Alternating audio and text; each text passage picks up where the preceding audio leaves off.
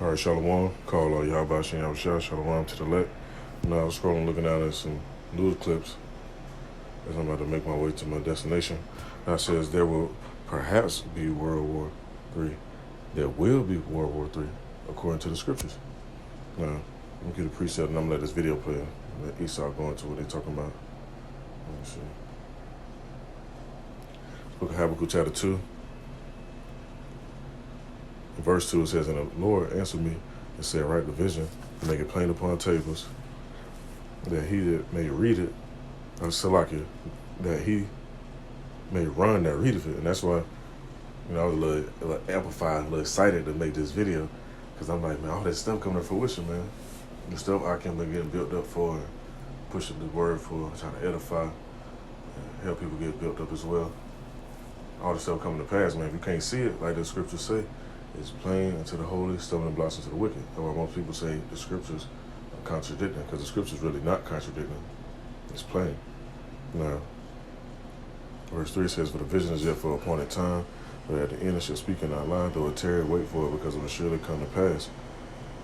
Behold, his soul which is lifted up, it's not upright in him, but the just shall live by his faith. Yet also because he transgressed by wine, he is a proud man, neither keepeth at home, who enlargeth his desire is hell, and is as death, and cannot be satisfied, but gathereth unto him all nations, and heapeth up unto him all people. Shall not all these take up a parable against him, and a taunting proverb against him, and say, woe to him that increaseth that which is not his?" Who do that? The people that run Babylon, that's what they've been doing all these nations. So like all these years, all these generations. It says, "And to him that ladeth himself with thick clay, shall they not rise up suddenly, that shall bite thee, and a weight that shall vex thee? And thou shalt be for booties unto them, because thou hast spoiled many nations. All the remnant of the people shall spoil thee, because of men's blood, and for the violence of the land, of the city, and of all that dwell therein." And hey, Esau built this place with blood, so they gotta pay with blood. See, our people, they really don't want to hear that. They want to hear reparations. And you asking Esau to give you the money, but you're going to spend it right back in their shit any goddamn way. So they just going to give it to you so they can get it back, if they was to do that. And through the spirit, could be wrong, so Salaki if I am. If they do decide to get the reparations out, they're going to put it on them chips and make you niggas take them. That's what they going to try to do. Be like, look, you want to get this, you know what? Hey, you gotta take this right here so you can get this money. You want to get these reparations that you feel like you're entitled to and owed. You got to take this, what's the name, and put it in your hand. And Esau's slick like that. A lot of people gonna fall for that bullshit too. Let me see.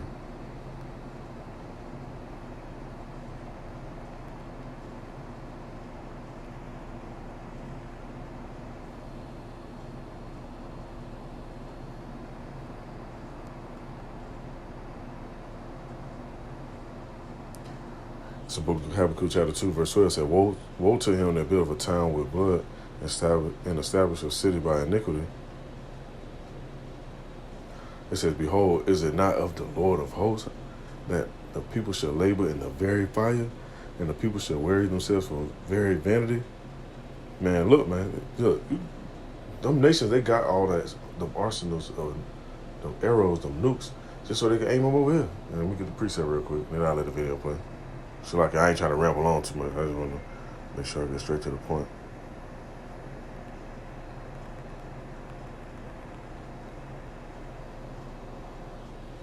It's the book of Jeremiah, chapter 50, verse 14. It says, "Put yourselves in array against Babylon round about, all you that bend the bow. Shoot at her, spare no arrows, for she has sinned against the Lord." And guess what? When you look at all them different tactical war maps and all that, even when you watch these movies, anytime it's a nuclear attack or threat, it's always aimed over here, man. There's no coincidence. There's no coincidence, man. So I'm gonna let this video play. I don't want to write this out, it's edifying.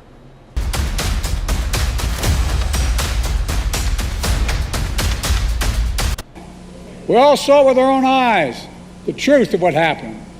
That violent mob was whipped up by lies from a defeated former president. The same movement that throughout the mob of the United States Capitol isn't just trying to rewrite history, January 6th, They're trying to determine to erase history and your future. Banning books, denying your right to vote and have it counted, destroying diversity, equality, inclusion all across America, harboring hate and replacing hope with anger and resentment and dangerous view of America.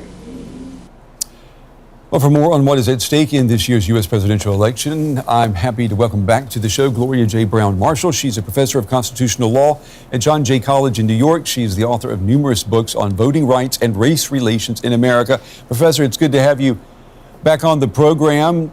President Biden, I'm sure you were listening in. He was speaking to this long arc of history today. American democracy after the Civil War, American democracy in the polarized present. I mean, do you agree that the stakes are indeed that great? Are we talking about an existential moment for American democracy now? We certainly are. And unfortunately, the risk to democracy is not just a risk in the United States, because if Donald Trump becomes president again, he's already decided he's going to wreak vengeance on anyone who opposes him, especially the so-called enemies he already has in the government and anybody who didn't vote for him before.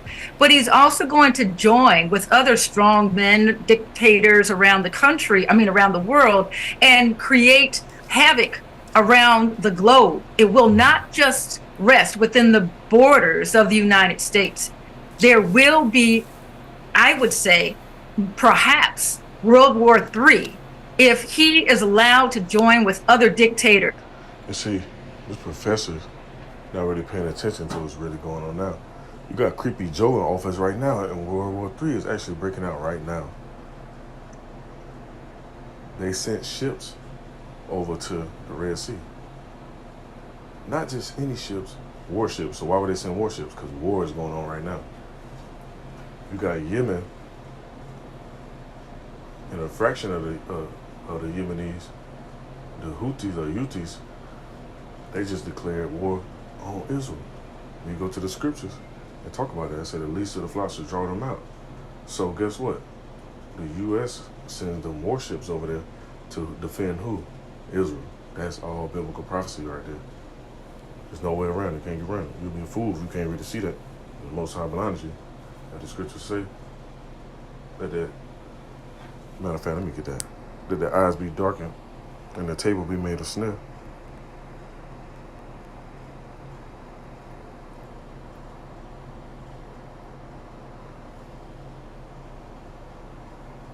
Try to get it. I'm gonna get it in the old and the new. It says, Book of Psalms, chapter 69, verse 22, that their table become a snare before them, and that which shall have been for their welfare, let it become a trap.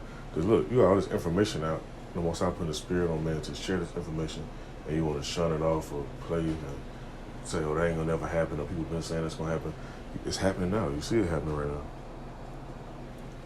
This book of Romans, chapter 11, verse 19, it says, and David said, let the table be made a snare and a trap and a stumbling block and a recompense to them. Verse 10 said, let their eyes be darkened, that they may not see, and bow down their back all the way. And you got a lot of people that really can't see. You try to tell them this, show them this, highlight it, write notes, make videos, all that stuff. They just can't see it, man. And the Most High set it up like that.